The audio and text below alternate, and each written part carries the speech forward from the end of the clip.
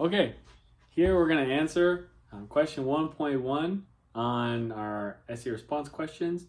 And here we're going to talk about homeostasis and how the body maintains homeostasis. So homeostasis is going to be the normal range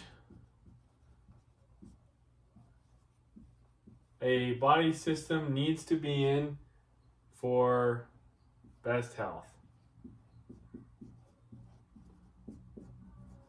Most efficiency to keep you going, right? That's kind of the idea. And so, for example, you need blood in your organs, your skin, everything in order to keep you alive. And so we need a certain amount of blood pressure in order to maintain all the blood necessity in the body. So blood pressure, we want it between 120 over 80 normal blood pressure. So there's a range. We want it in that range, close. So we can go a little bit over, a little bit under.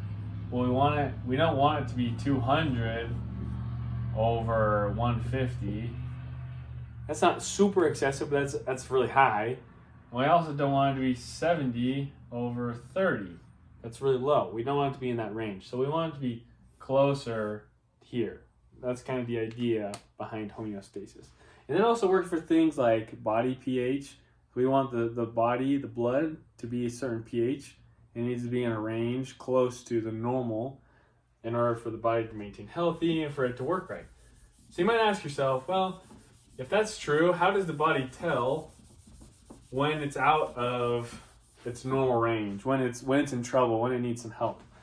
The answer to that question is it uses what we call reflex pathways. So reflex pathways is the body's way of recognizing when something is out of whack. So there's 3 steps. So first we have a receptor. What a receptor does is it can notice stimuli of something being wrong, right? So it notices stimuli. And once the receptor notices something's weird, it sends a message to the control center. So for example, your brain is one of your control centers. You can send a message to your brain, something's wrong, abort, we need to do something. And then from the control center, it sends a message to effector cells. And effector cells are cells that can respond and change something in the body in order to bring it back to normal. And the pathways it's going to fall here. So for a receptor to the control center, it's going to fall afferent pathways. Afferent pathways are from the receptor to the control center. It's like the message to the general saying something's crazy on the battlefield. From the general back to the battlefield to change something would be effector pathway. And the effector pathway is going to allow the body to respond to what it noticed. And so we're going to kind of give you an example of how this goes about. But first, we're going to introduce feedback loops. So feedback is how the body can respond. So feedback can be split into 2 general sections. We have negative feedback, we have positive. So negative feedback and positive feedback. Negative feedback, the idea is to move towards normal. Move towards normal. Or positive is move away from more normal. So you might ask, why wouldn't we only ever want to go back to normal? Why would we ever want to go to positive? Generally speaking, you don't want to go away from normal.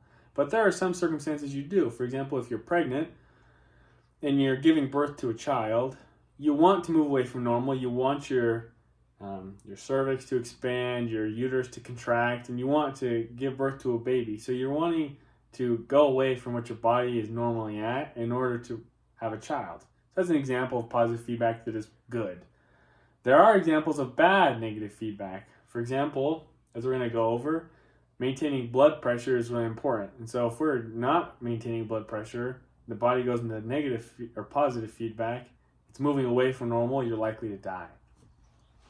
And there are two types of positive feedbacks. So we have positive, which is what we expect, and we also have inadequate and negative. Think of it as the body's trying to correct something, but it can't do it enough, so it is continuing down the path that it's going down. And so we're going to give you an example of this. So we're going to go over blood pressure. So we're going to talk about Tom. Tom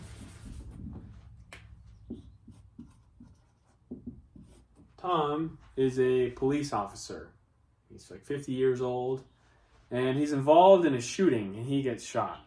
And it's really sad. And so Tom is losing blood volume. He's losing blood, which is bad. As you lose blood, it's common to drop in blood pressure, which will lead to your death, as you can't give oxygenated blood to all the parts of your body that need it. And so the body's response, negative feedback, would be we need to increase blood pressure in order to maintain homeostasis. So there's two ways we can do that here. We can increase heart rate, and we can increase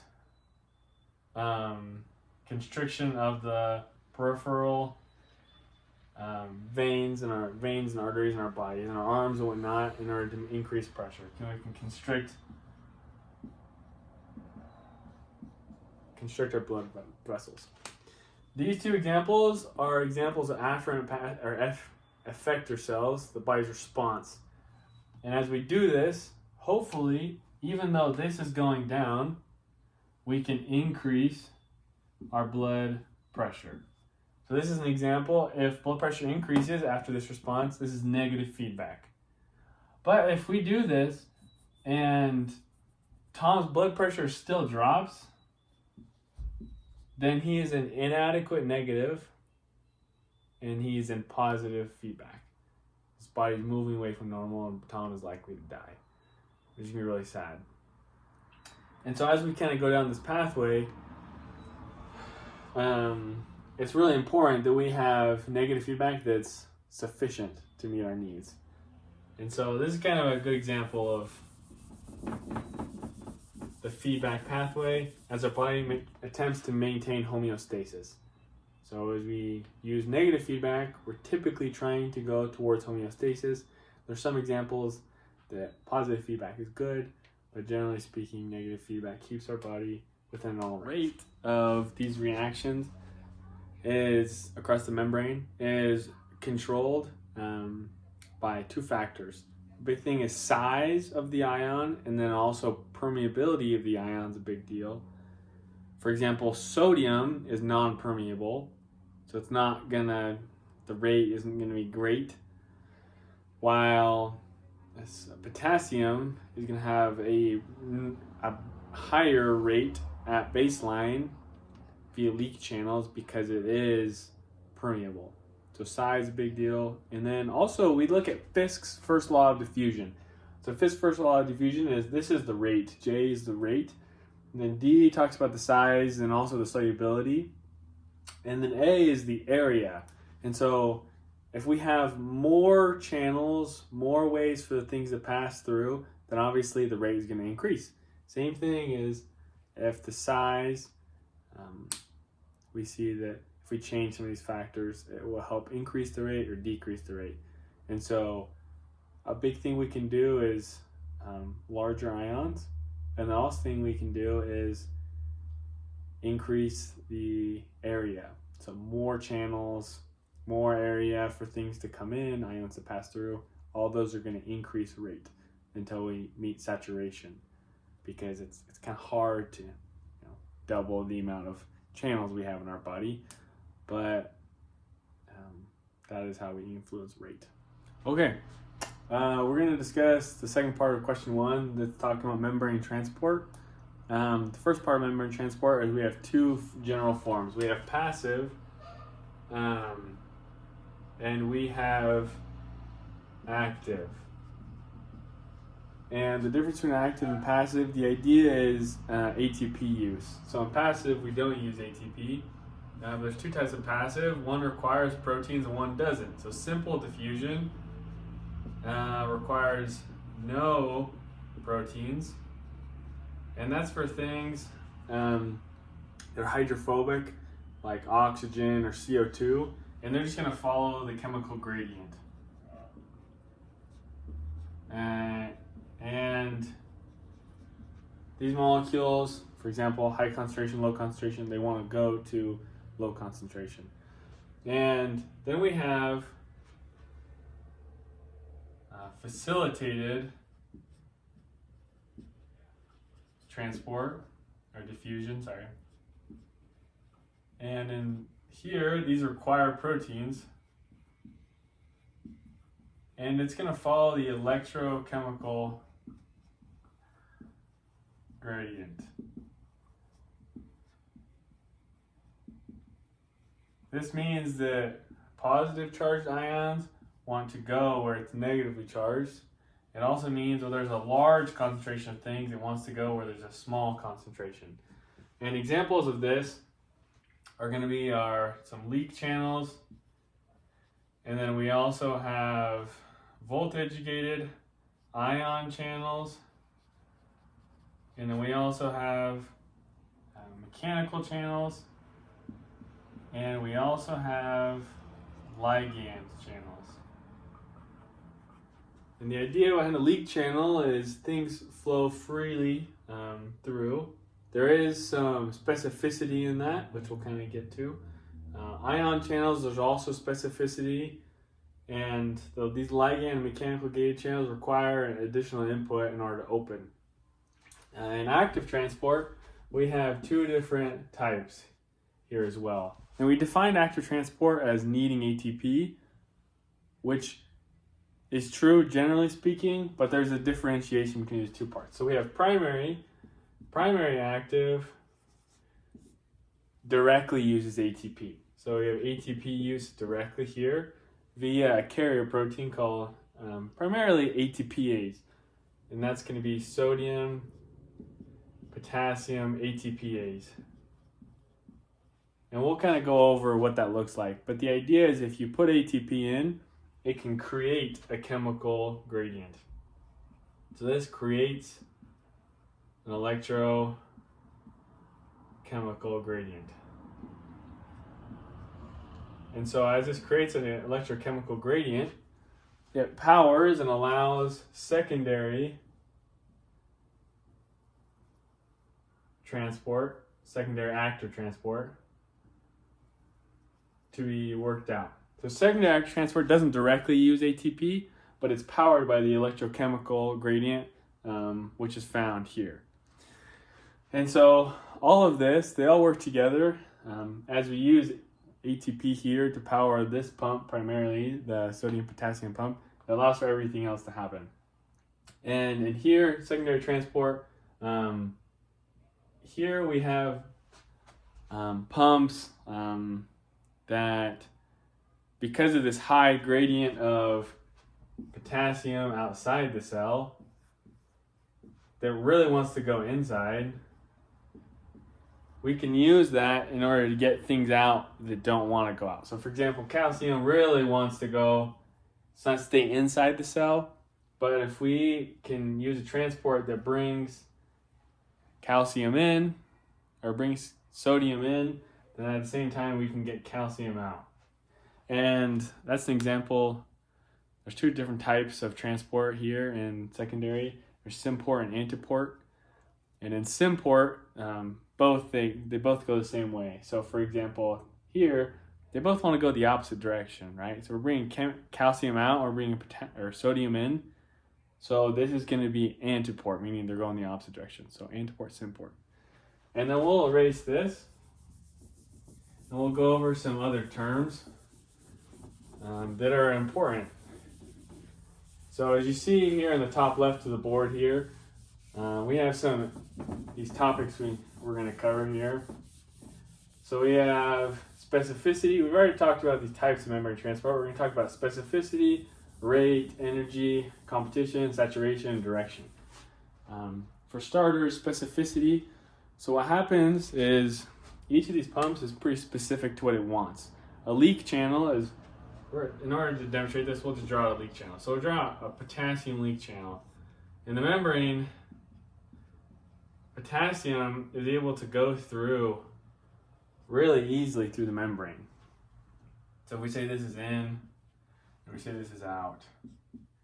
And so what happens is there's a ton of NaCl out here that really wants to get in. And maybe we should draw this a little smaller so it's a little better. So it really wants to get in. And then potassium really wants to get out. And as you guys can kind of see, one's bigger than the other. But it's funny because even though potassium's bigger, that's the one that can fit, but sodium can't. It's specific to it. And why it's specific is what we call a sphere of hydration. So in this sphere of hydration, we see these two ions both have this sphere of hydration, and that's just the charge creates these partial bonds, hydrogen bonds with water. And as they enter this channel, because potassium's so large, the charges aren't as strong, and so it allows for the channel to pull off these hydration, to pull off the water, and allows it to fit inside. Whereas sodium's so small, so it doesn't fit as well, and so it can't go through as easily. And so that's what happens is make this specific, is sodium can't go through, even though it looks like it should, while potassium can. And so that's an example of how it's specific. And there's also other examples of how that's specific for all the different type of channels and carrier proteins. And this is also, it's really related to rate and to competition. So for example, in a voltage gated ion channel, we have a super high concentration of NaCl or Na outside of the cell, right? So it really wants to get in. This is inside. It really wants to get inside. At the same time, potassium really wants to get out. And so if we open a channel, this is a voltage gated ion channel. If this opens, technically both of these could fit and get out. But because the desire for this to get in is way more than that to get out, only sodium is going to end up going through that channel. So that's the competition aspect that only allows for one type of thing to go through. So that's competition. Energy we talked about.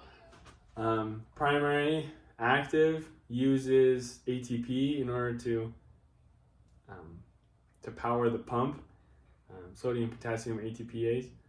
It's powered by ATP, whereas nothing else is directly powered by, nothing else I've mentioned is directly powered by ATP. And then saturation is another example. And so I'm going to draw out sodium, potassium, ATPase, and kind of go through the two conformations. So this is E1, and then we're going to draw it like this. And this is going to be in the cell. This is out of the cell. And so what happens here is what happens, well, 3 sodium are going to be inside the cell. I mean, there's a ton of sodium inside the cell. But at this point, what happens is 3 sodium are going to fit into this because this ATPase is specific. These sections are specific for sodium. And so eventually some are going to fit in there. They don't really want to. And then what will happen is then we'll have a conformational shift where phosphate leaves, causes a shift, which then opens up ATPase to the outside of the cell, which kicks out sodium. And at the same time, eventually, we'll get some potassium going in to the cell. So it's going to kick out 3 sodium and 2 potassium. We're going to be able to fit back in. And then if we combine this, if we add some ATP, as the body does, then this phosphate that left here is going to rejoin and cause another conformational shift. So this is E2 and this is E1. And so we see here this is specific, but at the same time, there's like a max rate that this can occur at. We can give this all of the ATP, we can give it a super large concentration of molecules or ions, and it's not going to change how fast it can go. It can go up, like it might increase. If we have a chart here, it might increase, but then at a certain point, we get to a certain concentration, give it enough ATP, and it's just going to plateau. That's the maximum rate, and we can say that's saturated. The pump is saturated. It can't push through anything faster than it already is. So we know that's at saturated, that's the max rate, and that's what we're going to have going on for us here. And so the last topic, as we talked about the gradient, the electrochemical gradient that's created as we put these together, right? As we create this electrochemical gradient of here's a cell. We have a very large amount of sodium or potassium inside the cell and a large amount of sodium outside the cell. They want to go where each other are at. And so this creates these electrochemical gradients. So that one guy wants to go there, this guy wants to go here.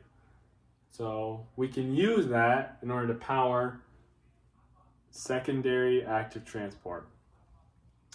And like we said about co-transporters, symports. So what happened here is if we used sodium wanting to get in, and we also pushed in another molecule that we want to get in, and both of them enter the cell, that'd be symport, which is they're co-transporters for secondary active transport. If we want to get sodium in order to get something out, for example, calcium, then this is what we call antiport. Antiport. Because the ions are going opposite directions. And so this is answer to question 1.2, which just talks about membrane transport. Okay, in section 2.1, we're going to talk about osmosis and everything to do with osmosis. You might ask, what is osmosis? Osmosis is the flow of water towards a solution with high amounts of solute. So, for example, if we were to get a water tank and put a selectively permeable membrane in the middle, which allows for water to move across but doesn't allow for ions to move, we'd see in a place with a small amount of solute, for example here, versus a place with lots of solute. Initially, while we may run this and it has the same amount of solution or same amount of H2O, what would happen is after osmosis happens, the water would flow to the container with more solute, and we would end up with one container with more water than the other. That's osmosis. And osmolarity is a term that we use, is a comparative term that we use commonly, which sounds a lot like molarity. The only difference between the two is the size of the subject we're talking about. So molarity is concerned with the amount of moles of molecules. So, for example, like glucose, fructose, those are all molecules, larger things.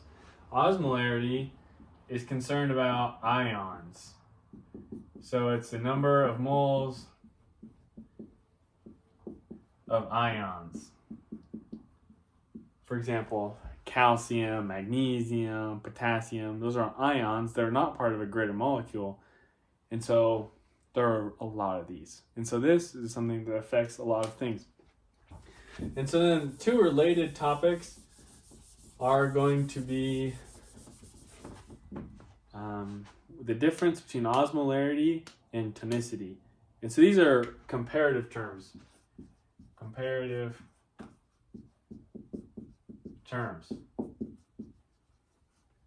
So here, over here we have osmolarity. And here we have tonicity.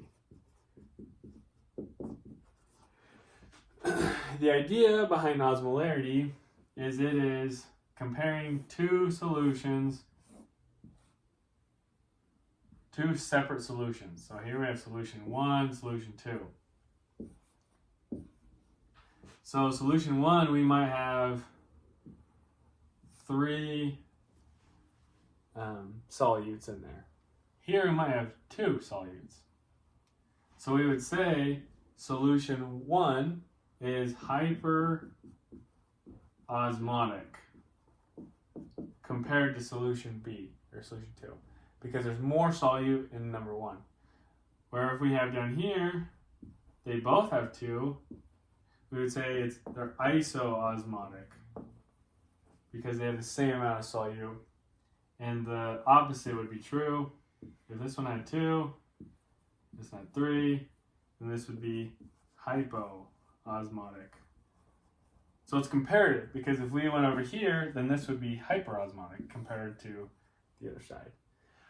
So this is prior to combination. Tonicity is the effect once we combine them. So instead of having 2, we'd combine them. So say we had a cell inside of a beaker. So here we are combining them two. We have essentially 2 different solutions.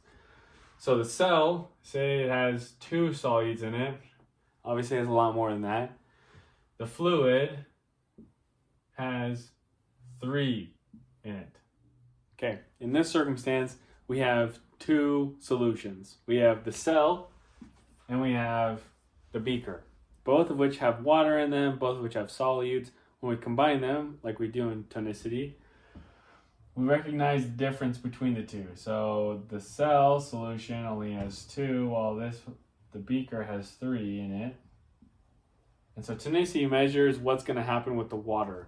So for example here, if we're talking about the cell, in this example we would say the cell is going to be hypertonic because, so we'll just put a T, hypertonic, because it has less solute, so the water is going to want to flow out of the cell. And it's going to end up the cell getting a little shriveled because the fluid's leaving. If we were to do the opposite scenario, where the cell no longer has less, but in fact it has more, so it has 3 solutes instead of what I had previously. In this circumstance, we look at the cell and we say the cell is now hypotonic because it has more solute, meaning the water is going to flow into the cell and it's going to cause it to expand. There's also the term isotonic, meaning both solutions have the same amount of solute and there's no net flow of water one way or another, and it's going to stay the same. Typically when we go through these, we see that saline solution, 0.9% saline, is going to have 300 milliosmoles per liter of solution. In a cell, it has a similar number. Dextrose, like if you're giving glucose to someone, also has a similar number. So what happens if we were to give those to people, we need to make sure that the cells will end up having the same, they'll be isotonic instead of hypertonic or hypotonic, because in those circumstances we can mess with the cells in a person's body. So for example, if we're going to give someone IV water, so we're going to give them NaCl, we're going to have, it's a 300% or 300 milliosmol per liter solution, and in the cell it's also 300. There's not going to be any net flow of water in or out of the cell, but we're going to be able to hydrate a person. The opposite is true. If we give someone 300, or say we were to give someone 600, so we do times 2, we give them 600. In this circumstance, there's going to be a net flow of water outside the cell, which is going to be bad for the person's health. And so this is osmolarity. Now, there's a particular situation that's really important to remember in osmolarity. And that is situations like this when we're using things that ions or molecules that are permeable and cross a membrane, because that can mess up what the effect will be. So the osmolarity of these two solutions inside the cell, we're going to say it's 300. That's how many milliosmoles per liter there are. While outside the cell, they're also 300. And so initially, they're isoosmotic. They have the same number of moles of solute as each other. But what happens is glucose is a molecule that's permeable, so it's going to enter the cell. As it enters the cell, there's not going to be anything exiting the cell. And so the inside of the cell, you might say, is going to increase. But in reality, what happens is the cell is going to break down and use the glucose. And so what happens is this may stay 300, it's going to stay, but this number is going to drop. So it might drop to 200, and then it might drop to 100 as it's being absorbed into the cell and used to produce ATP and whatnot. And so as this is going to happen, we go from having an isoosmotic solution initially to having a hypotonic solution after this process occurs, because now there's more solution inside the cell than there is out, and water is going to want to flow inside, which will cause it to be hypotonic, which is going to be something we need to make sure of in clinical scenarios, because that can lead to the death of the person. And so this is how a solution may be isoosmotic while also being hypotonic. Okay, we're going to discuss for question 2.2 how a resting membrane potential is set. And so in a cell, for example, we find a general pattern that drives how we live and how we experience life. One of the things that happens is we need to have action potentials, which we'll discuss later. But the idea behind it is we have a general pattern which occurs in the inside of the cell is more negative than it is positive. And so you ask yourself, how does this happen? Now, we're going to kind of go over a couple of different things that happen in order to cause this to occur. So there are a couple factors, one of which is our sodium, potassium, ATPase pump, which we kind of talked about already. So what will happen here is 3 sodium are pushed out of the cell, while 2 potassium are pushed in the cell. So what happens with this? More positive is going out and coming in. So we're going to have a net negative effect. Also, what's happening here is we have some leak channels. And there are a lot of potassium leak channels. So what happens here is we get potassium, which really wants to go out because the high concentration outside the cell is going to leak out, causing more positive charges on the outside and leaving negative charges on the inside as it leaves. And so we get this general pattern of a higher negative charge inside and a more positive charge outside. This is also affected by the permeability of the ion. So potassium is really permeable, so it's able to flow out a lot, causing this net negative. While sodium, even though it really wants to go inside, it can't because it's non-permeable. And so this generally makes a negative resting membrane. So now we're going to talk about how, exactly what number does it sit at and what happens with that. Okay, so since we know that the inside of a cell is more negative and the outside of the cell is more positive, as we'll kind of remember here, we know that the resting membrane potential should be a negative number. I mean, the inside of the cell is more negative than the outside. And for example, in a neuron, resting membrane potential tends to be negative 70 microvolts. So why? Why is that the case? Why is it negative 70? How do we decide on that exact number? And so there are 3 equations that will help us to understand this. The first being the Goldman-Hodgkin-Katz GHK equation. So this equation will tell us exactly how, what the number should be.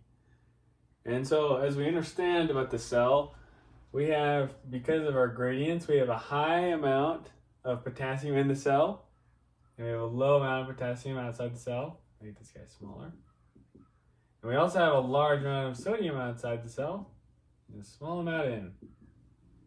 And so there's this desire to cross, and because of this, these electrochemical gradients, we have this flow of charge that is occurring, this fight that's happening in the cell. The issue with this is potassium is permeable, so it can cross the membrane, meaning it can have a big impact on what the resting membrane potential is as it passes through, and sodium can't do that as well. Well, that's not 100% true. They're slightly, somewhat permeable, sodium is, so it has a somewhat of a small impact. And so what happens is we look at this equation, this GHK equation, and it'll tell us, if we look at the small permeable amount of sodium in the cell versus like the concentration ins and outs, we add this to potassium while taking into account the permeability, it's going to give us this equation that for a normal neuron is going to end up around negative 70 millimoles. So this is going to help us to understand that is why we end up with negative 70. Now, an important thing to remember is that's going to kind of give us a general gist of why that happens, but then we kind of want to ask why sodium or potassium wants to go where they do, and how much of an impact what they want to happen will occur. And so for that we have two other equations. We have our Nernst equation.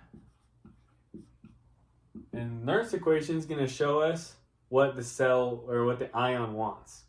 So it's pretty raw what the ion wants. It's like, I really want this. While the driving force equation is going to show us what is actually going to occur because of ion's desires. So for example, the equation for this is negative 61.5 over Z, Z being the charge of the ion. So for example, potassium, the charge is a positive 1. So that would be positive 1. Times by the log of the concentration of the ion in the cell, so if you put potassium, or the concentration out of the cell. And as we go about this E we're going to get is going to help us to understand what we're going for. So for potassium, the E is going to be negative 94 millivolts. That's what it wants. That's what it wants the inside of the cell to be at. Which kind of makes sense, right? As there's a ton of potassium inside the cell, meaning there's more positive. And if it wants to leave, then it wants the cell to be more negative, meaning it's gone. And there's less positive there, less of itself.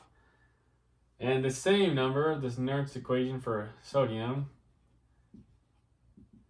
is going to be positive 55.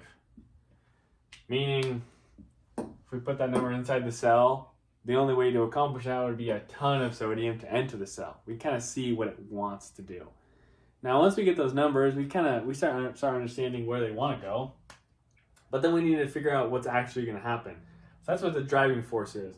So the driving force tells us if we get the normal resting membrane potential, so we're going to say negative 70 because that's kind of what we're running with for our neuron, normal. And then we subtract it by the Nernst. So for example, here we're going to go negative 94. That's what will give us the driving force. So negative 70, and then these are going to cancel out and be a plus 24 is going to give us around 25. So that's a positive 25. And so then we can stick this positive 25 inside the cell. So we get our cell, go positive 25. And for potassium, that's not a huge number. It's not like a super strong desire it has. Where if we do this for sodium, negative 70, and then we just minus 55, we get negative 125. Negative 125. So we put these driving force values inside the cell. Now we got to think about where the concentration of these ions are at. So for potassium, it's inside the cell. It's the super high concentration inside the cell. Where sodium, super high concentration outside the cell. My bad. Super high concentration outside the cell. So if we look at these numbers, potassium, which is positive, it really, really, really wants to go inside the cell because it's high negative. So it really wants to go into the cell at resting membrane potential. While the driving force for potassium, because it's a positive ion already inside the cell, and this is a positive value, it actually kind of wants to leave the cell. So what happens is, as we have some action go on past resting membrane potential, this is what's going to occur. We're going to have sodium enter the cell, and we're going to have potassium exit the cell. And this is going to lead to what we call an action potential, which is going to cause, say this is our graph. Here we have negative 70. So if this is where we're resting at, resting membrane potential, if we get some sodium entering the cell, it's going to cause this to go up, right? Because this is positive 55. That's where it wants to be at. And as we enter the cell, a lot of it's gonna enter, and then we're gonna have this opposite effect, where now we want potassium, it wants to go negative 94, and it's gonna end up coming back down. And that's kind of, generally speaking, what we look at. And if we look at any point on this chart, for example here, if we say positive 55 is what sodium wants. If we look at negative 94 is what potassium wants. And we can kind of see the difference here. So this is an example of what the driving force would be here. The driving force for potassium here isn't very big. It's pretty close to what it wants to be at. But the driving force for sodium is really large. You can kind of see where it wants to go is really far. Whereas at the top of this action potential, sodium's pretty close to where it wants to be, so it's pretty happy. While potassium is really far, and so the driving force of potassium really is a lot bigger. So as we look at NERTS, where it wants to go, as we can see in this equation, is dependent on the concentration in and out of the cell.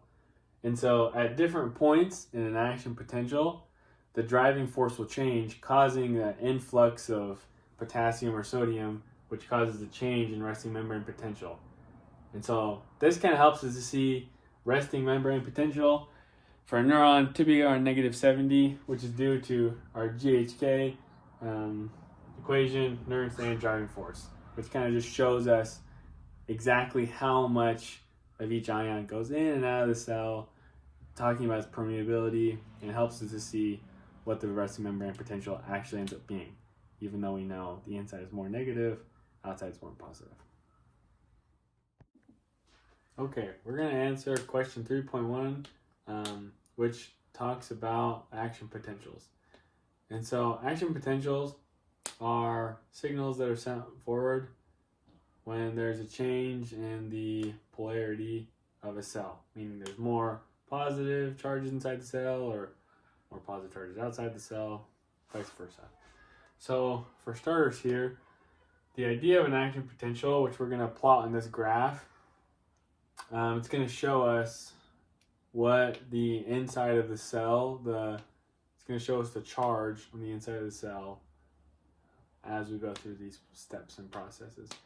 So to start, we're going to say that we're in a neuron, which typically has a resting membrane potential of 70. So we're going to sit here at 70. And something important to recognize is we know that there is a large amount of potassium in the cell and a large amount of sodium outside the cell. And they want to go where each other are. And it's important to note that potassium wants to leave less, and less than sodium. Sodium really wants to get in the inside of this cell, really bad. And that's obvious because of the ATP, the sodium potassium ATPase pump that is pushing out 3 sodium for every 2 potassium brought in. So what happens is we can kind of track this. When these sodium, they really want to come in. So if a ligand gated channel opens and allows for the influx of sodium, then we're going to have what's called a graded potential. A graded potential is just any influx below a certain point. And so if we just get a little bit of sodium that comes in, then this is what we call a graded potential right here. Graded. And depending on the amount of positive charges that come into the cell, if a lot of positive charges come in, we go from -70, we might cross -55. So, for example, if we're going to say a lot of positive charges come in, so the ligand gated channel opens, and a lot of positive sodiums come into the cell, a bunch of them, which disrupts the normal, what it normally is. This is going to cause us to go up to threshold. So we could call this step 1, number 1. This is number 1. Once we're at threshold, once we cross threshold, the voltage gated potassium and sodium channels open at the same time. What happens though is the potassium channels open slow while the sodium channels open super fast. And so we get this large influx as they both open. We'll say step number 2 is both these channels open. So the activation gate of sodium channel will open, and as will the potassium voltage gated channel. So we're going to get a massive influx of positive charges through via sodium, which can cause a massive increase in our potential, our energy potential. And this is what we call the rising phase. Rising phase. Now, as we get to the top, what's going to happen is this inactivation gate is going to close. And we can call this step, so this would be number 3. Here, this rising phase. When this closes, this is going to be step number 4. So here, number 4, our activation gate's going to close, and at the same time, all of our potassium voltage gated channels are going to open. They might have taken a second, but now they're all ready to go. And so a lot of this potassium is going to leave the cell.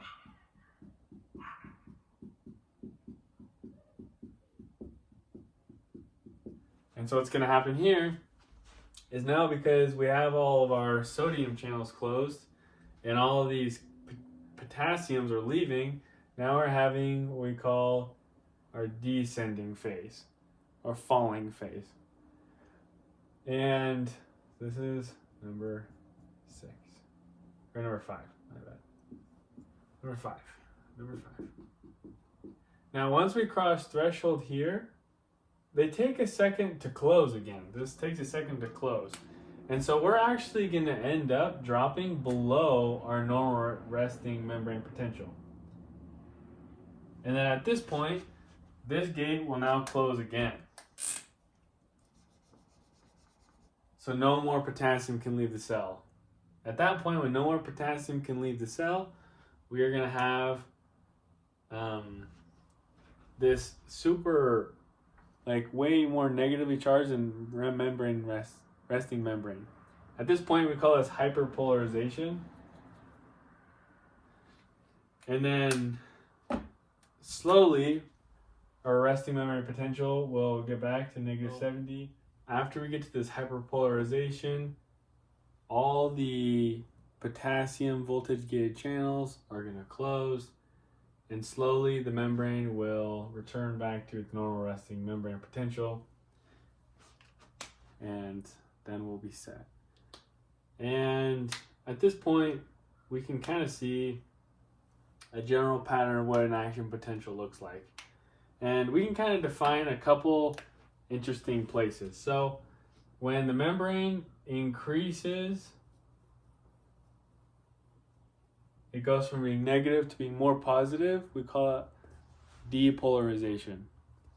While the membrane is dropping, we call that repolarization, becoming more negative back to resting membrane potential.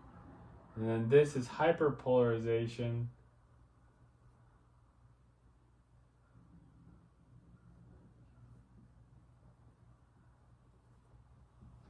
Down here at the bottom. And then we can also label some other important parts of our action potential. So I'll erase this really fast. And we can talk about refractory periods and a little bit about what happens in the cell. Okay, we're going to go over a couple of extra things about the action potentials. So if you look at an action potential chart here, we have our normal resting membrane potential, -70, threshold at -55, and then we get a graded potential that brings us to threshold, and then we get this rising depolarization, repolarization here, and a hyperpolarization, and then we return back to resting membrane potential. This is a normal membrane potential. And this is a normal action potential. So during this part of an action potential, this is what we call the absolute refractory period. Basically what this means is this is an automatic process that happens, that the length and time it takes to complete it cannot be shortened or sped up at all. So it's going to take this long to complete, and you can't have another action potential until this completes, gets below threshold. Below threshold, when this goes to hyperpolarization, in this part, this is what we call a relative refractory period. The idea being, with sufficient stimulus, this can be shortened, and the action potential doesn't need so much time to get back to normal rest membrane potential to perform another action potential. And this brings us to another section of ideas that is related to these, as we can kind of see how they can shorten this relative refractory period in order to allow for more action potentials and faster processing of information in the body. So we're going to erase this, and then we're going to talk about 3 principles that are really important. So capacitance is one that we're going to talk about. Capacitance. And we're going to talk about time constant. We're going to talk about length constant. So capacitance. Capacitance is related to a membrane. So if this is our membrane, and this is our inside the cell, and this is outside the cell, we know that there is an amount of negative charges inside the cell, and there's an equal amount of positive charges outside the cell, relatively speaking. What happens with capacitance is when we get an action potential,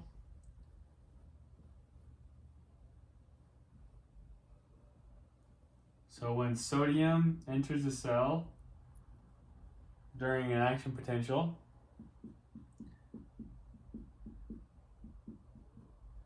it's going to cause what you could call like a sphere of influence. The idea being is it pushes along, it's going to open up more sodium channels down as this positive pushes up on the spring that's holding this sodium voltage gated channel closed.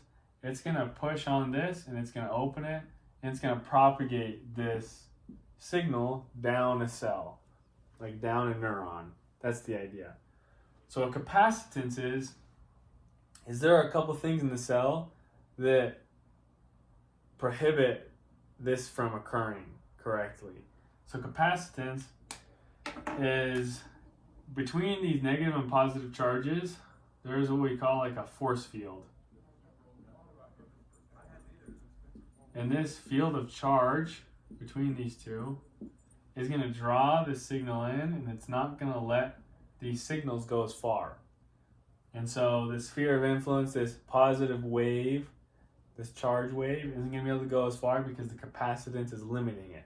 It's keeping it from going as far because these charges, this force field is bringing it in.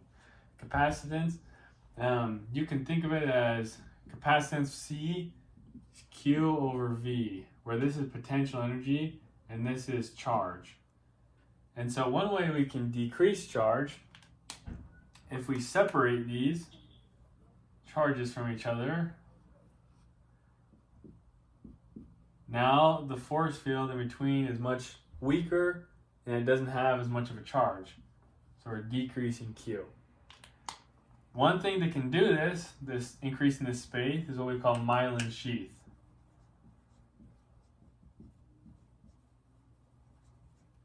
So that's what myelin sheath can do. For example, in a neuron, there are many myelin sheaths myelinated all along the membrane to help decrease capacitance.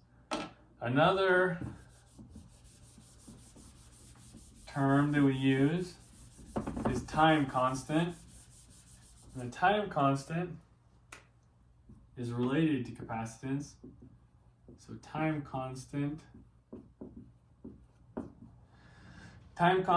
is equal to Rm, which I'll define in Cm.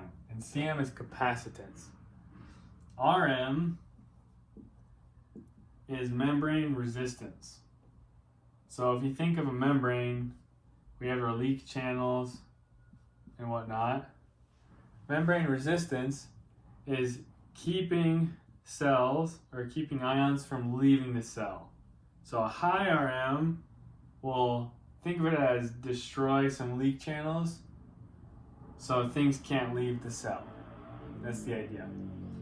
Which is good if we have a bunch of positive ions in the cell. We don't necessarily want them to leave. We want them to keep going so we can propagate this action potential along. So increasing Rm is good. Capacitance, what you talked about, is this positive and negative force field.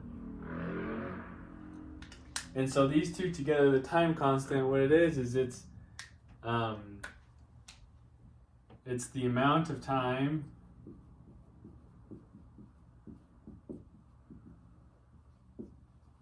to depolarize or make more positive a part of the membrane.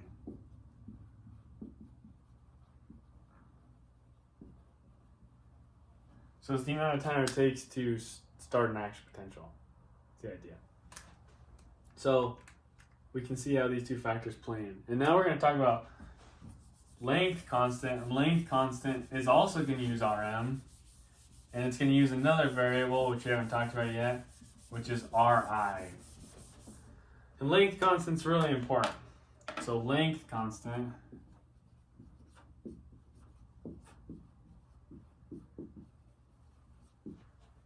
is, I think it's lambda over the square root of Rm, or square root of Rm over Ri.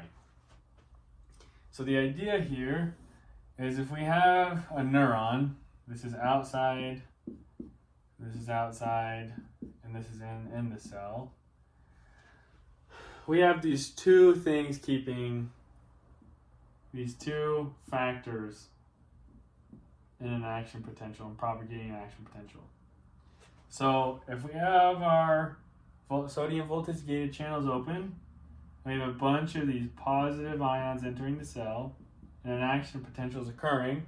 We already know Rm, increasing Rm will stop positive charges from leaving the cell as easily. That makes sense. So increasing Rm would increase our length constant, meaning length constant is how far these positive charges can go. So we want them to go further so we can have less action potentials in order to propagate it faster. Or we want to open less channels in order to get the signal to go as far as possible. Ri is resistance, is internal resistance. The idea being, if we have these proteins in the cell, like there are in cells, they're going to block these signals. So if there's a lot of proteins in the cell, then the signal's not going to be able to go as far. The other aspect is we can also decrease Ri by having a wider cell, so increased diameter. So say if the cell is this wide, well, now these proteins are going to be more spread out. And so these signals can go further, which is awesome. And this can also be directly affected by myelin sheath as well. So if we have myelin sheath here, and here,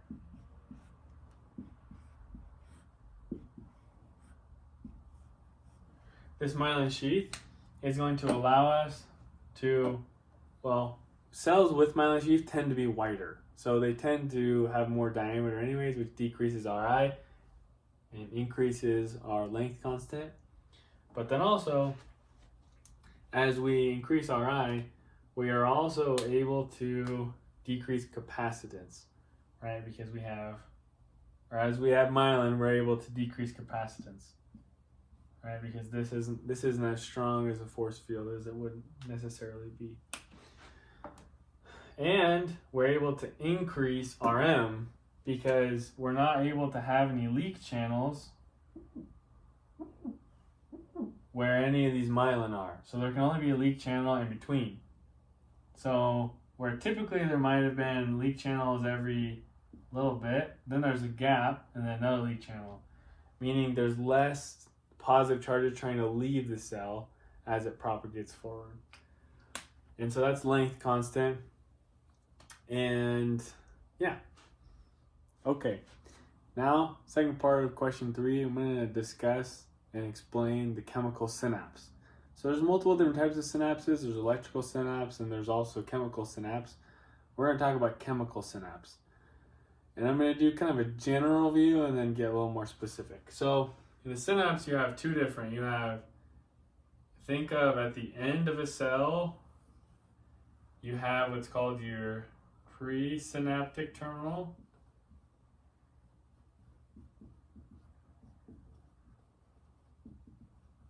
Think of it like a relay race, and they're trying to hand off the baton. So this is the first runner, and this is the person they're handing it to. And this would be the postsynaptic terminal.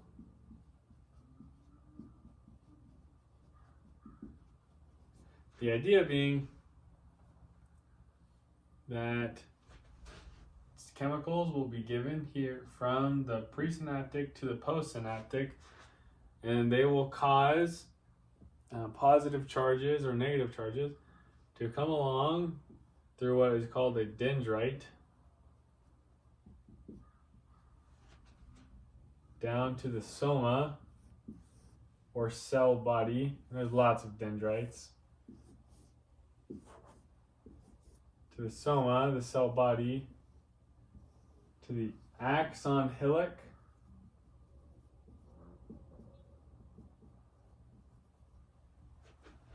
where this is kind of the goal, and I'll explain why when we're trying to get there. And so generally speaking, there are two different types of responses the postsynaptic terminal can have upon receiving these communication. So we can have EPSPs, which is excited toward postsynaptic potentials, meaning it's trying to push action potentials, which is going to obviously lead to more positive signals. That makes sense, right? More positive signals is better. Where an IPSP will end up leading to negative signals. which is going to cause an action potential to not happen. It's going to hyperpolarize the cell, while EPSPs are trying to depolarize the cell. And so these two forms of communication are fighting back and forth, and what they're going to accomplish is they are trying to send or not to send action potentials to the rest of the body. And EPSPs and IPSPs can be controlled via two different types of summation, which is just like the net effect of one IPSP and one EPSP, which one wins and which one sends the signal or doesn't.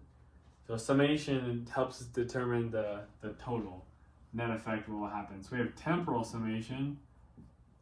In temporal summation, the idea is the amount of signals.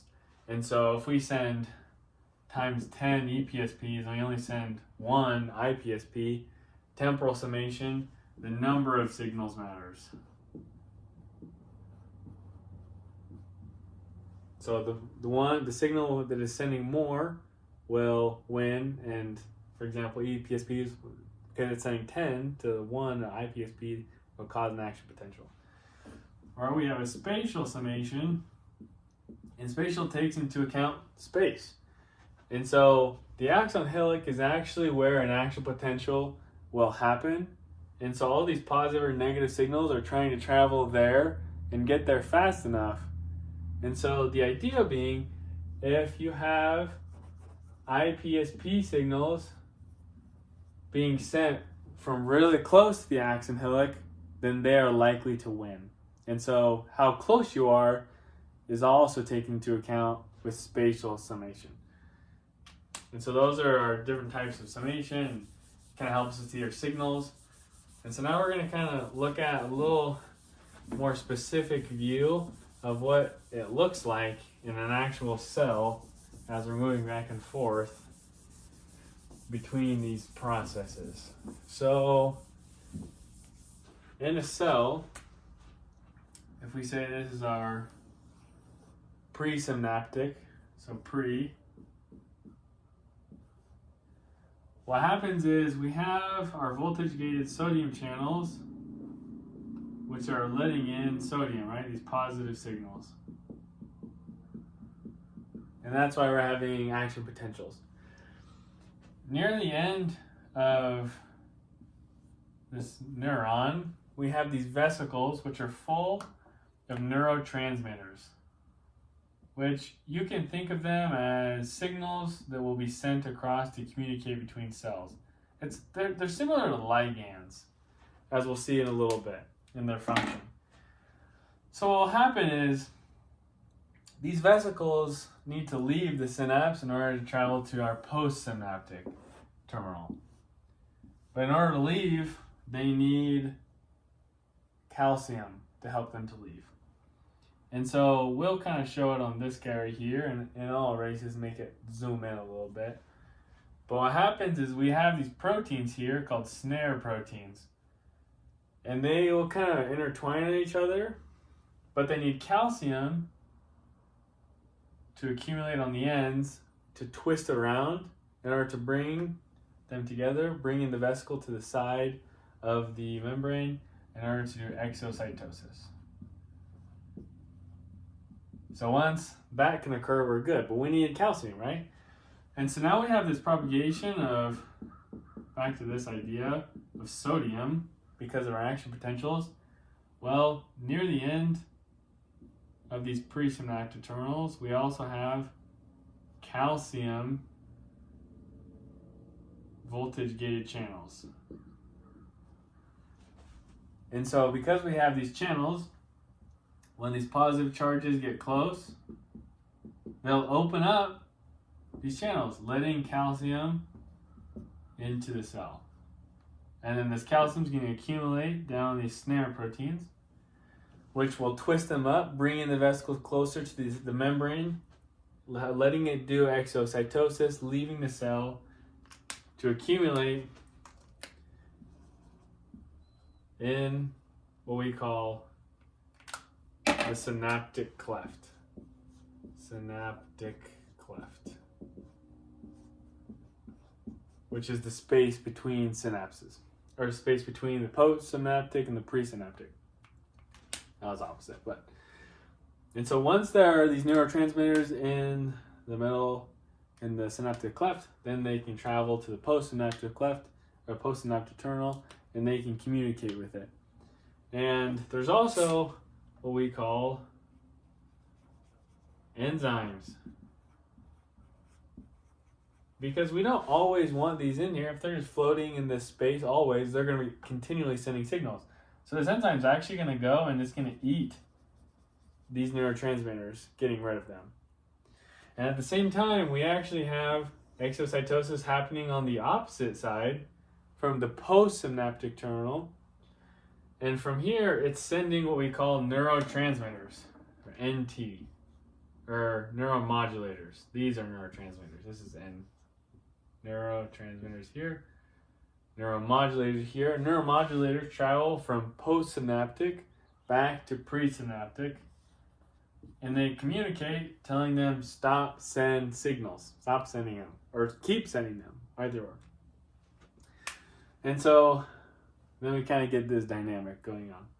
So now we're going to erase, and we're going to talk about a little bit more about what the impact of neurotransmitters has on the postsynaptic terminal. So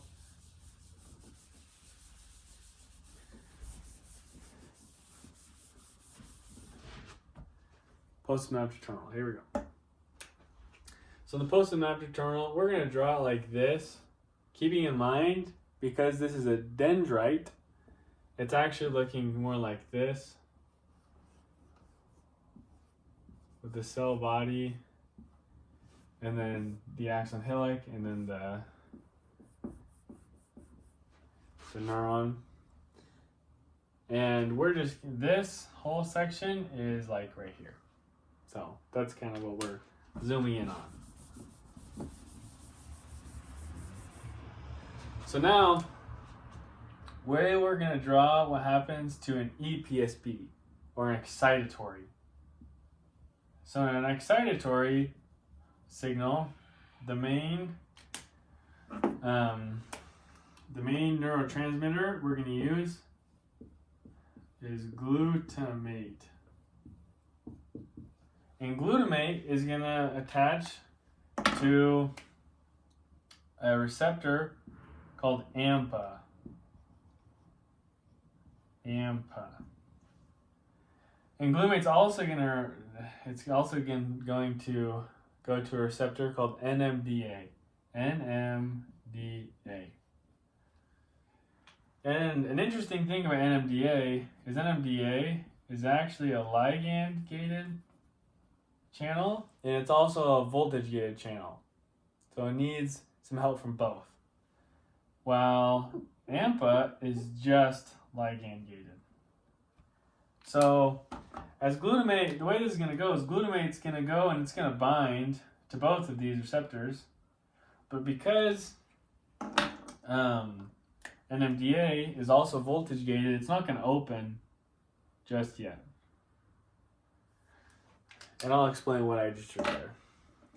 So for now, because the glutamate binding with AMPA, it's going to open. And it opens for potassium and for sodium. But because there's so much sodium outside the cell, as we discussed before, it's going to want to rush inside, and it's going to increase these positive charges inside the cell. And as that happens, the sphere of influence is going to push on NMDA, this receptor.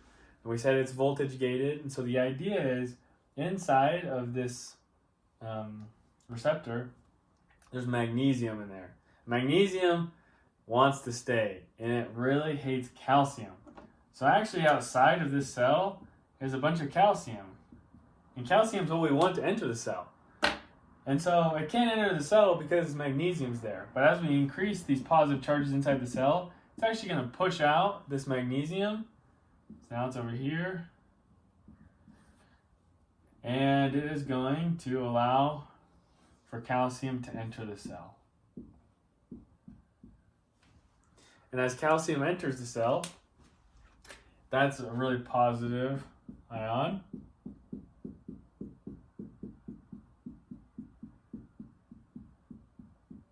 And so this is going to have a very big sphere of influence, what we call an EPSP, excitatory postsynaptic potential.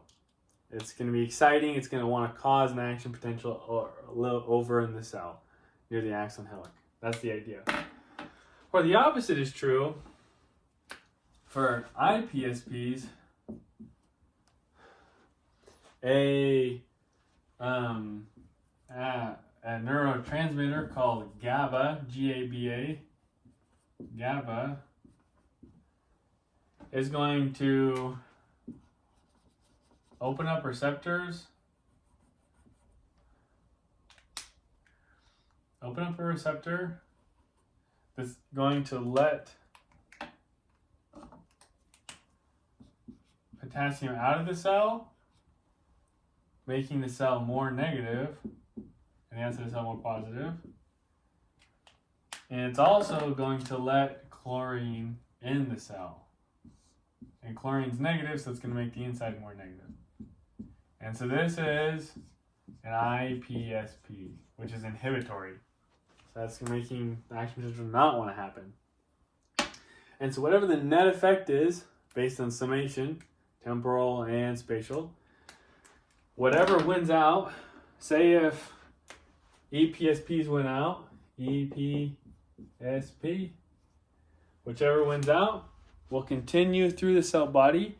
The dendrite is very skinny, and so the RI is very high, as we talked about the resistance inside the cell. So it doesn't want to propagate very much in the dendrite. So we need lots of signals in order for it to make it.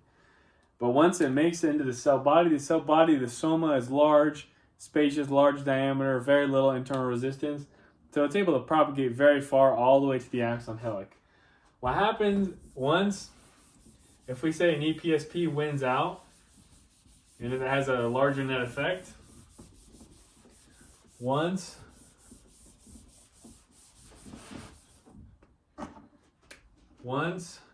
so we are our cell body coming down the axon hillock. If we say this is the axon hillock,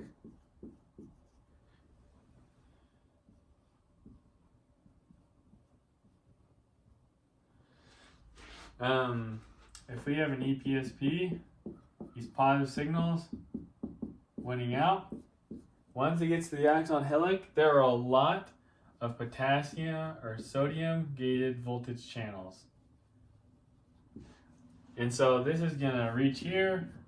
It's going to push out our calcium spring, opening up the channel, letting in more sodium, and it's going to cause an action potential. Meaning it is impossible to pass threshold at any point in the postsynaptic terminal until you reach the axon hillock. Because it's the only place with sodium gated voltage channels, and you have to open sodium gated voltage channels in order to cross threshold and have an action potential. So whatever works out makes it, and then that will propagate along the rest of the cell. And there's only myelin sheath down here. And that is how the chemical synapse works. Okay, this is answering question number 4 about the autonomic nervous system. This is part 1. So, all right, 4.1. So, the autonomic nervous system, when we introduce to it, there's multiple different types of nervous systems in our body. First, we have our central nervous system, the CNS, which then splits into our peripheral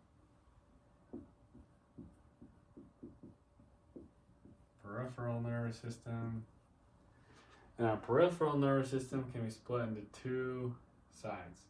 Here we have our somatic nervous system, which is all centered on skeletal muscle and voluntary movement. So this is sensory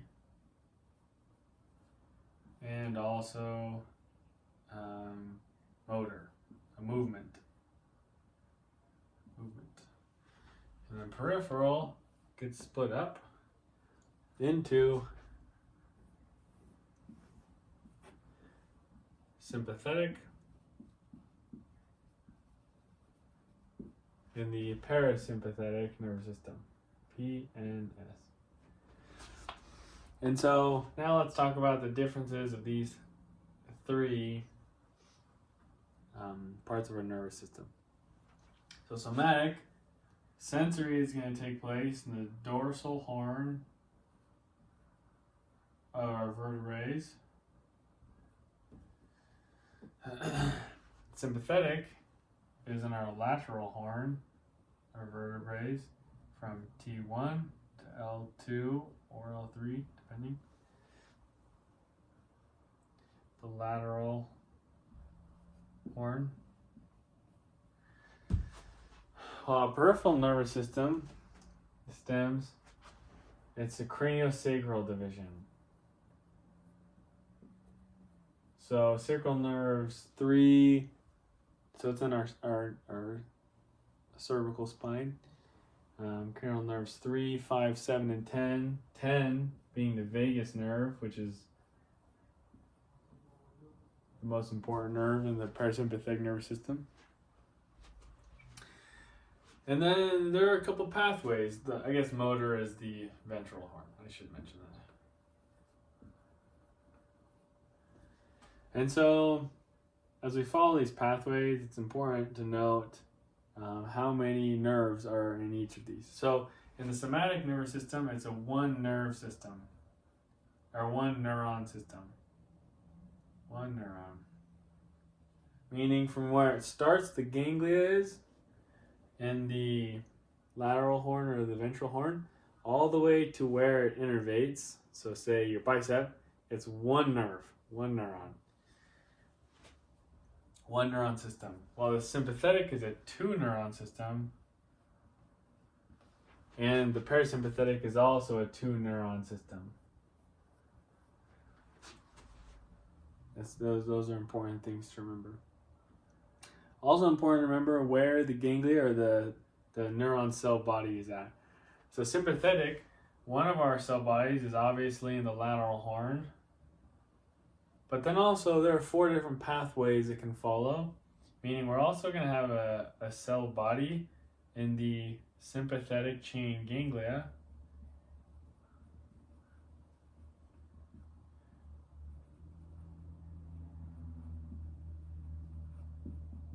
For 2 of our pathways. And then one of our pathways, we're also going to have one in the collateral ganglia.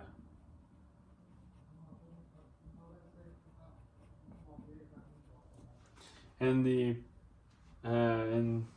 here, we're going to have our cell bodies near the effector cells. So, for example, our cranial nerve 10 starts here, and it might go down to our heart, and so it would have a ganglion near our heart as well. Well, the somatic, and because that's one, it'll always be on the ventral dorsal horn. And so those are kind of some of the basic facts. And then we can also kind of go over some of the pathways, because there are at least 4 pathways. We've only mentioned 3 here, but there are these 4 pathways. So we can go over the 4 pathways really fast.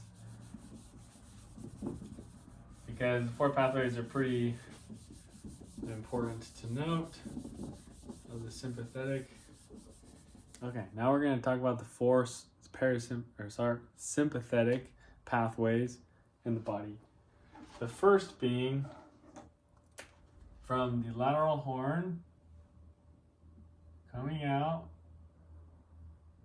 and innervating on the sympathetic chain ganglia, which is right here and here, which then comes out and joins the spinal nerve. And the spinal nerve, this is also joined by somatic motor and by somatic sensory. And that goes to skin and our extremities, our peripheral nerve system, skin, blood vessels, whatnot. Then we also have another that comes out, well, the preganglionic cell will be on the sympathetic chain ganglia, and then this will join what we call so this is spinal nerve, and then we have the sympathetic nerve,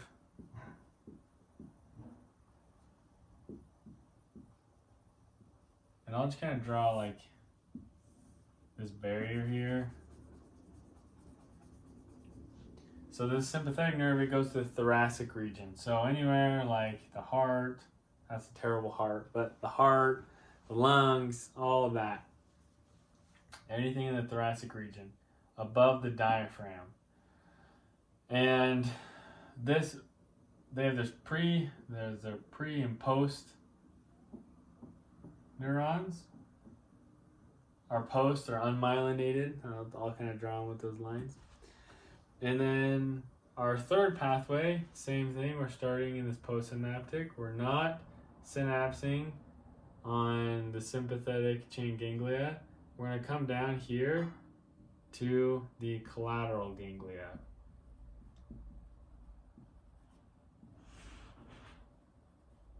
And here at the collateral ganglia, then we will leave,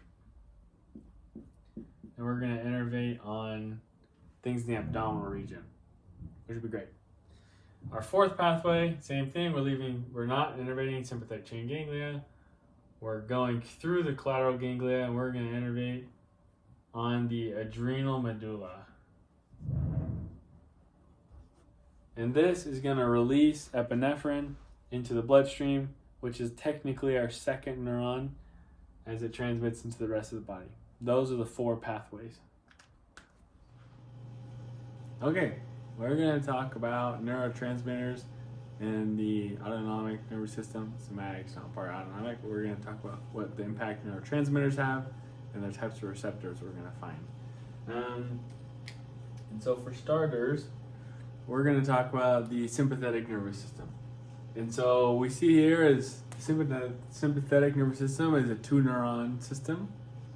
And we're going to go over 2 examples of this. The parasympathetic is also a 2-neuron system, and the somatic is a 1-neuron system. And so what we find is for the parasympathetic, which these two are both part of the autonomic nervous system, we find that they are what we call cholinergic preganglionic neurons. So cholinergic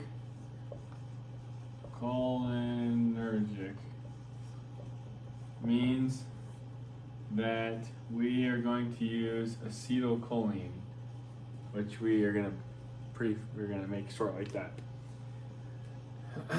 Another type that we're going to talk about is adrenergic.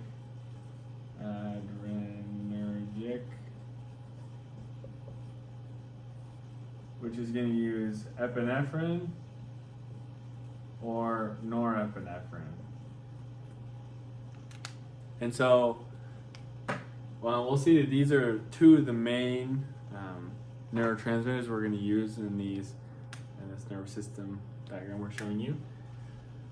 For both in the autonomic system, every preganglionic neuron is cholinergic. So this is cholinergic, this is cholinergic, and this is cholinergic. And so the neurotransmitter being released is acetylcholine in these synapses. ACH.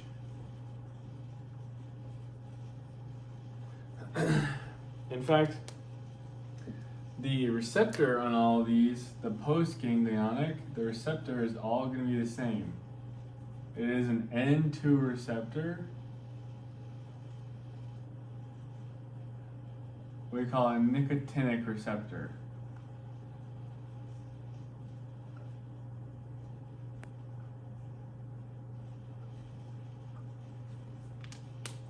The idea being, down here, is for cholinergic for cholinergic neurons, we're going to use acetylcholine. And there are two receptor types. So we can have nicotinic, and it's N1 or N2. And we see here, they're all in that same place. That's where we find them. And they're always excitatory. They always excite. We also can have muscarinic receptors, and that goes from M1 to M5.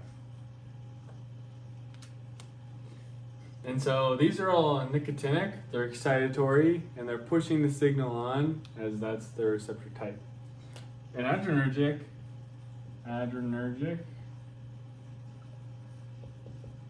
while we're using epinephrine, or epi and norepinephrine,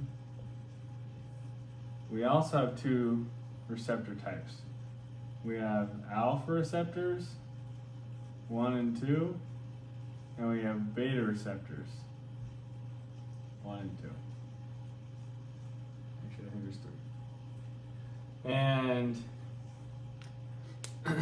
these receptors are going to be found where there's adrenergic neurons. And so we've talked about for this autonomic nervous system, the preganglionic for all of them is cholinergic. But the postganglionic, this is where we get a little different. So for this, the sympathetic nervous system, generally speaking, most of the time, except for an exception we're going to talk about, they're going to be adrenergic. Meaning it's going to release epinephrine or norepinephrine. And the receptors it's going to work with over here. You can see this. We're going to work with alpha 1 receptors and alpha 2 receptors. And we're also going to work with beta 1, 2, and 3 receptors. Because those are all adrenergic, like we discussed down here. That's what it's going to be working with. In the peripheral nervous, or the parasympathetic nervous system, it is still cholinergic on its post-ganglionic. Meaning acetylcholine is going to be the neurotransmitter given here. You can't see that very well, but it's acetylcholine here. And it's going to bind to muscarinic receptors here. So M1 through M5. M1 through 5. And the exception we're going to talk about is here in this part of the sympathetic nervous system. This is when you talk about general sweat glands. In general sweat glands, there's a differentiation we have to make. As in general sweat glands, the parasympathetic nervous system does not go to general sweat glands. It doesn't go to our peripherals.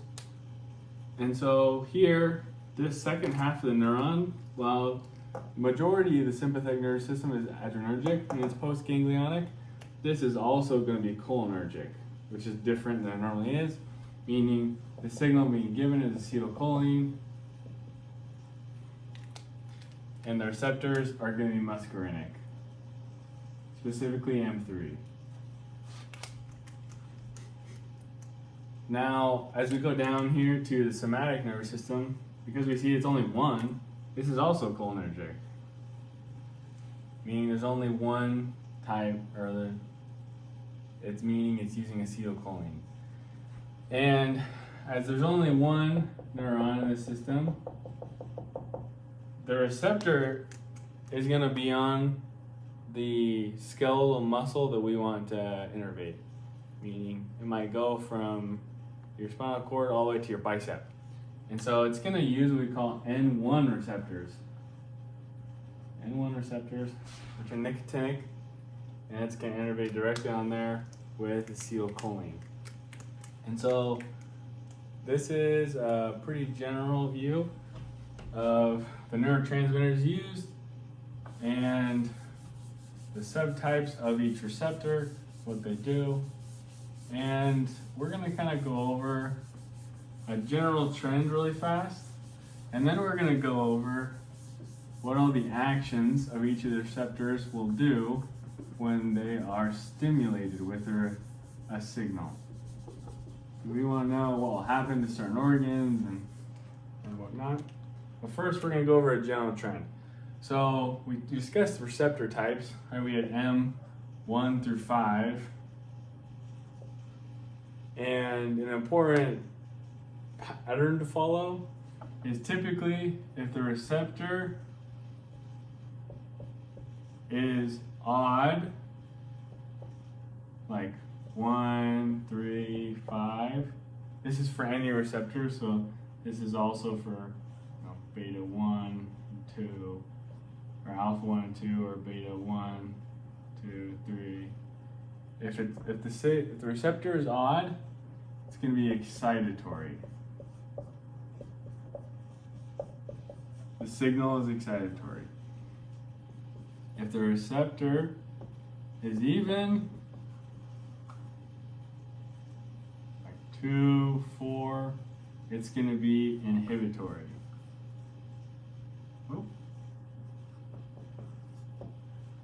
So that's the general trend we're going to follow, meaning that if a signal is sent here to M3 on general sweat glands, 3 is going to be odd, and so it's going to be an excitatory signal. So that's the general pattern we're going to follow, and then we're going to go over some of the actions. Okay, we're going to go over what receptor types, their function, and what they bind to, and their effect they'll have. So we have our adrenergic, we have our cholinergic receptors, and remember where they're at. So adrenergic, this is going to be our sympathetic nervous system. And cholinergic, muscarinic is going to be parasympathetic, while nicotinic is going to be all. Everything uses nicotinic. Something that's important to note that it's really important is the types of receptors they are. And so nicotinic is what we call an ionotropic. Ionotropic means an ion is required to open it. And so it's similar to a voltage gated or a ligand gated channel, whereas it opens, it lets in sodium, which causes an excitatory effect. So it'll always be excitatory. Whereas for muscarinic, this is going to be what we call metabotropic, meaning it's going to be a G protein reaction when the receptor is binded to, and it's going to cause an increase or a decrease in a chemical we're going to discuss. Now both of these are also metabotropic, a G protein reaction. And so we see that as we're getting on the effector cells, we're always going to have a metabotropic reaction in the parasympathetic and sympathetic nervous system. And so now we're going to kind of go over what each of the effects will be when they're binded. What will happen to these receptors as they're binded to. And another important general rule to remember is if we're going to bind to a beta or alpha cell, if we're going to bind them to a beta 2 cell, we're going to have mostly epi, because it really loves epinephrine. So beta 2 loves epinephrine, alpha loves norepinephrine. And so that's kind of the general pattern we're going to follow. And so as we go through this, in adrenergic reactions, in alpha 1 and alpha 2, beta 1, 2, and 3, we're going to kind of go through what happens when we get these. And then we have muscarinic 1, 2, 3, 4, 5. And we'll leave nicotinic because it's kind of a different scenario. So here, the thing to remember is odds, excite, evens, inhibit.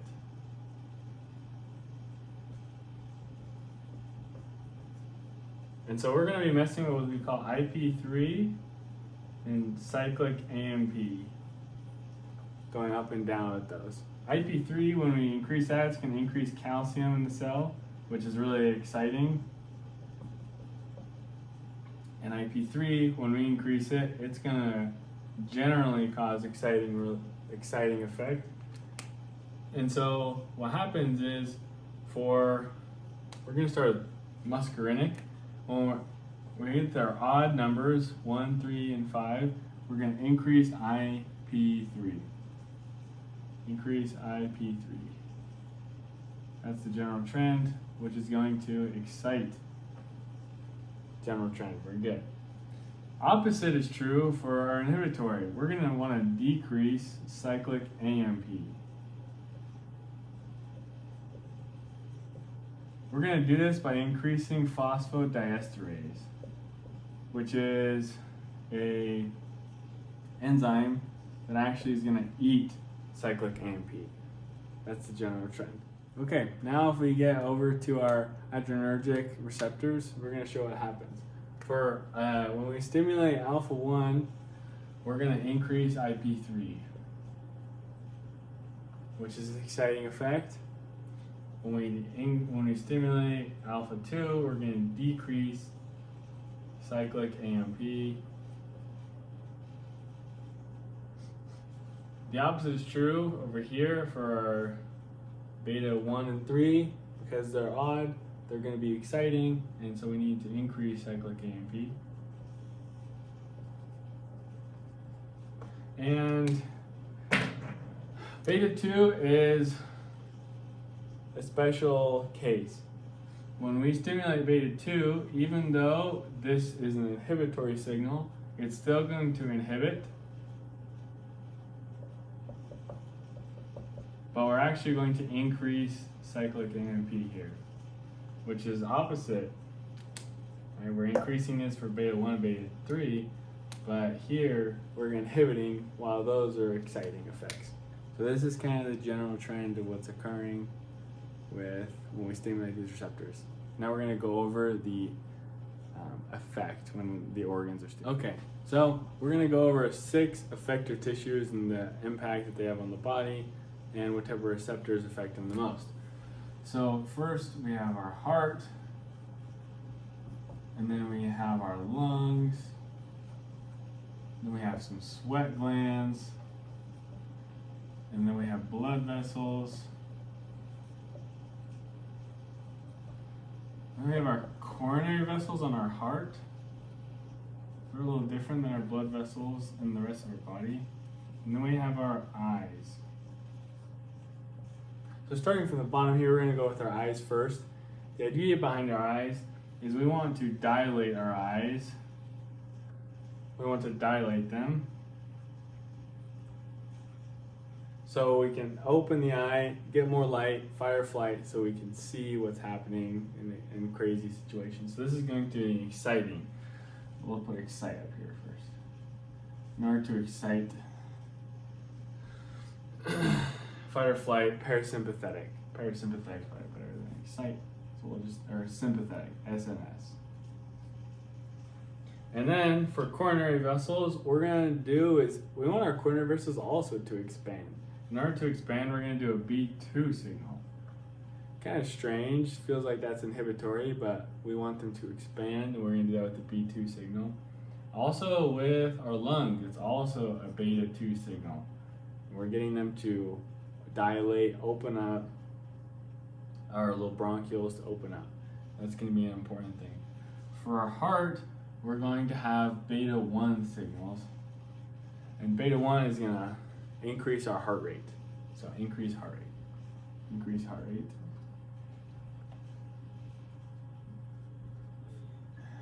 For sweat glands, we want, because there are no parasympathetic receptors on the sweat glands, we're going to only have, this is kind of an odd one, we're going to have muscarinic receptor via the sympathetic nervous system, and we're going to have it be odd, like M3, for example. Blood vessels, this is also a scenario where we want the blood vessels to constrict outside near the near our peripherals, so that we have increased blood flow near our organs where we need it.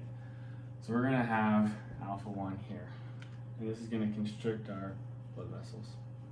Now, for example, in the parasympathetic nervous system, we don't have any innervation of the blood vessels or sweat glands or coronary vessels, so those aren't going to be impacted at all. In our eyes, we are going to want to constrict when we rest and digest. So we're going to do muscarinic, and they're going to be odd. And then this is also true when we come up here to our heart, or to our lungs. We're going to want to do muscarinic, and we also want it to be lungs. Or muscarinic, we also want it to be odd. For our heart, in order to slow our heart rate, we're going to want it to be muscarinic, and it's going to be even. And that's going to send a signal to slow down our heart rate.